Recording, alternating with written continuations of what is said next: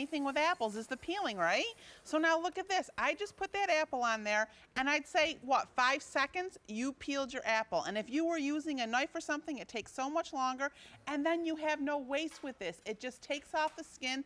It doesn't take off the whole chunk of apple like you would if you used a paring knife. Now, let me tell you what you're getting, because this is one smoking deal for $14.91. You're going to get the apple peeling device that Chris is using. Right. You're also going to get the core and the slicing tool, and you get the coring mechanism. So you're getting all three of these pieces for $14.91. It's customer top rated, and it couldn't be easier to use. Now, Chris and I, as I mentioned, have done this together many, many times. So let me grab an apple here. Right. So what you do, you know where kind of the bottom of the apple is. So you figure out where that bottom of the apple is, and there's 4 prongs on the peeler.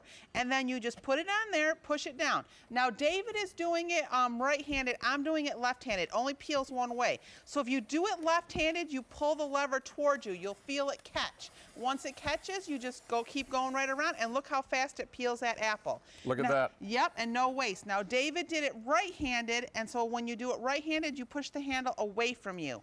And then it has a spring-loaded arm, so it's another safety feature, so it goes away from the apple so you can take it off. Exactly. And then the other question I get is, what size apple can it peel? It can peel any size apple that fits into the spring-loaded arm. Look at that. Look how fast that is. Now, if you're worried about, oh my goodness, how am I going to core this apple? Well, that's where this part comes in. Right. You can actually use this piece. Doesn't only core it, but it also slices the apple into wedges. Watch this. Yep. Perfect. And then you get the perfect slice. And then if you just wanted to make like the baked apples, then you can just use the this other little core right here just to do the baked apples. It's so easy. I mean, think about this. The kids are getting off the school bus and you want them to have a healthy snack, so you grab a couple apples, you peel them right quick, you slice them right quick, and they come in the back door and they've got some delicious apple wedges to have, you know, with their as they start their homework. Right. Do kids start their homework the moment they hit the door? No, you got to have a snack first. You have to have a snack first. Come on now. I was lucky if I got mine started after dinner. My homework, that is. All right, so this is going to be perfect. Easy, fast, and best of all, affordable. $14.91. It is also customer top rated, so Chris and I are not the only two that think this is pretty awesome. Yep. And then you can see this apple is a crooked apple. It's an odd-shaped one. So if you do miss a spot, then you just go around again and it'll catch it right the second time. So as long as it fits into that spring-loaded arm, you're pretty good, and it'll keep going. See that? And it'll just catch it the second time around.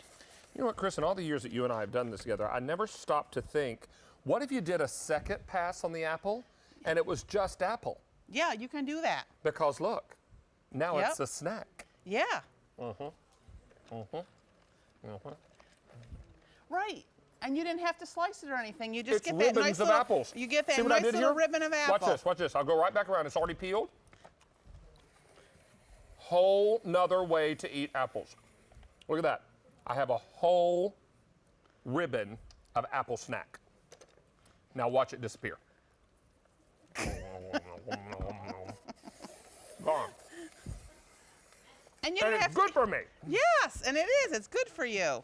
This is delicious. $14.91. I will tell you also, Getting crowded customer here. top rated, I know it. And what you need to know about Chris, Chris is a baker extraordinaire.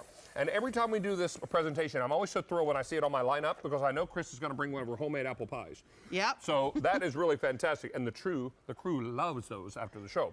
So $14.91. We're well over 1,300 of these gone. 700 people on the phone lines, and wow, what a neat idea, because this is the season. We're going to be going out to the apple orchards and doing some picking here soon. It's going to be fun. Yeah, I know. It's hard to believe it's that time of year already, isn't it? I know it. The summer just flew by. And you can see we're filling the table right up, and we just keep on going and peeling apples. Wow, this is awesome. I know. I mean, I just look ahead to Thanksgiving morning when I'm sitting there and I'm peeling apples and peeling apples. Not anymore, because this is going to do the job quickly and easily. Watch this. Hello. Yep. 1, 2, 3. Don't blink, you'll miss it.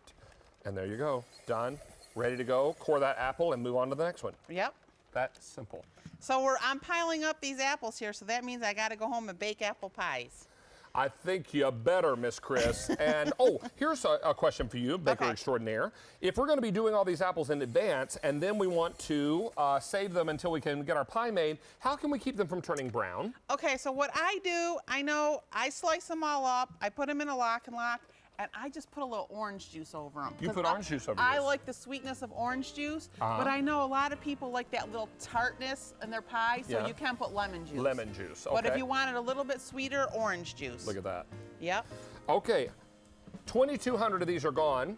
Okay. 900 people on the phone lines, and we're very, very busy. I have trivia for you, love. I'm excited because I like trivia. I know you do. All right, so we're using sausage in my sausage breakfast strata. Right. True, this is a multiple choice question. Okay. Sausages became known as bangers after which major war? Was it the Civil War, World War I, World War II, or the Korean War? You know what? I'm going to say World War I because I know the English were in World War I. Well, it's actually, you were close. World War II. Oh, okay. According to loveport.co.uk, there was a shortage of ingredients for sausage, and so more water was added to the links. If that water turned to steam when cooked, the sausages would explode, which is why they called them bangers. I love that piece of trivia. How about that? That is interesting. And do you know what the British served the bangers with? I know it's mashed potatoes. Bangers I didn't and know mash. that. Bangers and mash. When you go to the UK and you see on a menu bangers and mash, that's what it is. Oh, see that? How about that? Yeah, thank you. My angel, good to see you.